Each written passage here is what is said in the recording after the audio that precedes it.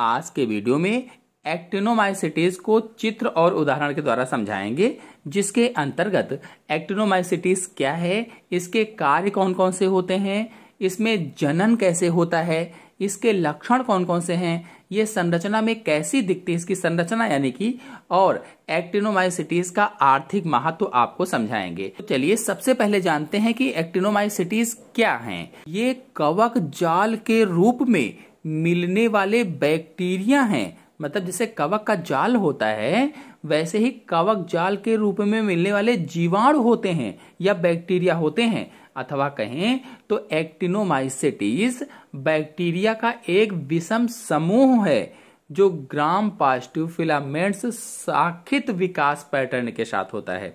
मतलब इनके तंतु जो हैं पटहीन व शाखित होते हैं और इनके जो माइसीलियम हैं ये बड़ी बड़ी कॉलोनियों में भी उगते हैं। चलिए एक्टिनोमाइसीटीज के प्रमुख लक्षणों को बता देते हैं। तो पहला लक्षण है ये प्रोकैरियोटिक होते हैं। देखिए दो प्रकार के जीव हैं इस संसार में, प्रोकैरियोटिक और यूकैरियोटिक। जो यूकैरियोटिक हैं वो उच्च श्रेणी के जीव होते हैं और जो प्रोकैरियोटिक हैं ये निम्न श्रेणी के जीव होते हैं, सूक्ष्म जीव होते हैं।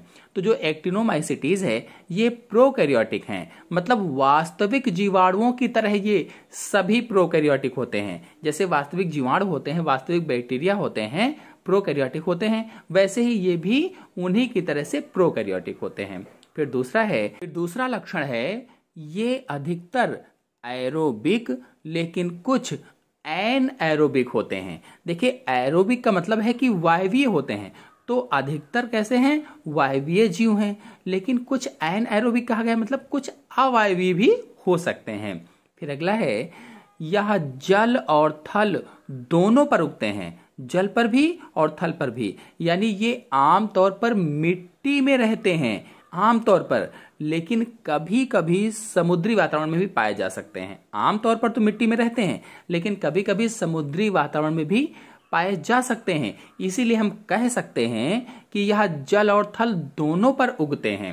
फिर अगला है मिट्टी या पर्यावरणीय परिस्थितियों में इनके बीजाणु लंबे समय तक जीवित रहने में सक्षम होते हैं।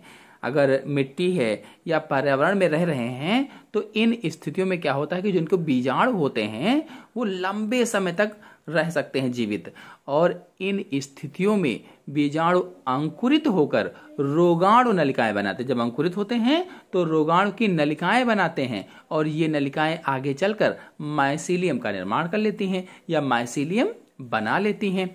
फिर अगला पॉइंट है एक्टिनोमाइसेट्स का माइसीलियम कभी कभी टूटकर राड के आकार की कॉलोनी बनाता है। जिसका माइसीलियम होता है वो कभी कभी टूट जाता है और टूटकर जैसे राड होता है, राड जैसी कॉलोनी बनाता है।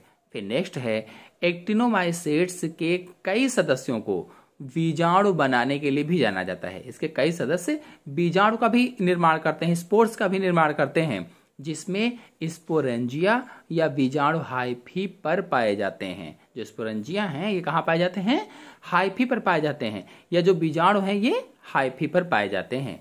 अगला ये आसानी से बैक्टीरियोफेज से संक्रमित हो जाते हैं। जो बैक्टीरियोफेज है उससे आसानी से संक्रमित हो जाते हैं। अगर आप लोग बैक्टीरियोफेज पर फुल वीडियो देखना चाहते हैं, किसी भी चीज के बारे में, बैक्टीरियोफेज के बारे में जानना चाहते हैं, तो चैनल में सब पर वीडियो अपलोड है, आप लोग जाकर देख सकते हैं। तो कहा गया है कि ये आसानी से बैक्टीरियोफेज से संक्रमित हो जाते हैं और जो फेज एक्टिनोमाइसीटीज को संक्रमित करते हैं उन्हें एक्टिनोफेज कहा जाता है। फिर अगला पॉइंट है इनके पास कभी कभी एक फ्लैजिला भी होता है जो उन्हें गतिशीलता प्रदान करता है। यानी कभी कभी इसमें एक फ्लैजिला पाया जाता है जो उन्हें गति प्रदान करता है, उसी से वो चलते हैं। फिर अगला है अधिकांश एक्टिनोमाइसीटीज अचल तथा ग्राम पॉजिटिव होते हैं। अधिकांशता अगर देखा जाएगा तो अधिकांशतः एक्टिनोमाइसीटीज जो होते हैं ये अचल होते हैं, चल नहीं पाते हैं, ग्राम पॉजिटिव होते हैं। चले जानते हैं कि इसमें जनन कैसे होता है, रिप्रोडक्शन कैसे होता है। तो एक्टिनोमाइसीटीज विखंडन द्वारा कायिक जनन करते हैं, विखंडन द्वारा। अगर आप विखंडन नहीं जानते क्या है तो चैनल से जाकर के देख सकते हैं। विखंडन का मतलब होता है टूटना, टूट टूट करके अलग अलग गिरते हैं फिर वो अंकुरित हो जाते हैं, तो विखंडन हो गया। प्रत्येक खंड भोजन व उचित ताप होने पर नया तंतु बनाता है। अब जब वो टूट गया, विखंडित हो गया, अलग अलग, तो क्या हुआ, जब भोजन और उचित ताप मिलता है तो उससे एक नया तंतु बन जाता है, वो अंकुरित हो जाता है। कुछ एक्टिनोमाइसिटीज कोनेडिया, ओइडियोस्पोर व आर्थोस्पोर द्वारा भी जनन करते हैं। अब कुछ एक्टिनोमाइसिटीज जो होते हैं कोनेडिया द्वारा जनन करते हैं, ओइडियोस्पोर द्वारा जनन करते हैं, आर्थोस्पोर्स के द्वारा भी जनन करते हैं। अगर कोनेडिया को देखा जाए तो अधिकांशतः प्रजातियां कोनेडिया द्वारा ही प्रजनन करती हैं। जो हवाई हाइफे से, जो हाइफी होता है हवा में, हवाई हाइफेस का मतलब है जो हवा में हाइफी होता है, श्रृंखलाओं में से विकसित हो जाती हैं। जो हाइफी है उसी की श्रृंखला से विकसित हो जाती हैं और श्रृंखलाएं सीधी, लचीली या कुंडलित भी हो सकती हैं। कभी कभी हवाई हाइफी की पूरी लंबाई या फिर कभी कभी इसका केवल ऊपरी भाग ही कोनेडिया में बदल पाता है। कभी कभी पूरी लंबाई उसकी कोनेडिया में बदल जाती है और कभी कभी केवल ऊपरी भाग ही कोनेडिया में परिवर्तित हो पाता है। प्रत्येक कोनेडियम में एक गोल नाभिक होता है। जितने भी कोनेडिया होंगे उसमें एक गोल सा नाभिक होता है और यह एक मजबूत बाह्य भित्ति से घिरा रहता है और बाहर से चारों तरफ उसके एक भित्ति रहती है। कोनेडिया कई वर्षों तक शुष्क अवस्था में बना रह सकता है, कई सालों तक शुष्क अवस्था में पड़ा रह सकता है। यहाँ तक कि एक्टिनोमाइसीट्स वनस्पतिक रूप से भी काफी कठोर होते हैं और बदलती मिट्टी की स्थितियों के अनुसार खुद को ढालने में सक्षम होते हैं। चले जानते हैं कि एक्टिनोमाइसिटीज का आर्थिक महत्व क्या है। Economic importance of actinomycetes. पहला है एक्टिनोमाइसिस व स्ट्रेप्टोमाइसिस आदि कुछ एक्टिनोमाइसिटीज मृदा के विघटक होते हैं तथा जटिल कार्बनिक पदार्थों को सरल यौगिकों में तोड़ देते हैं।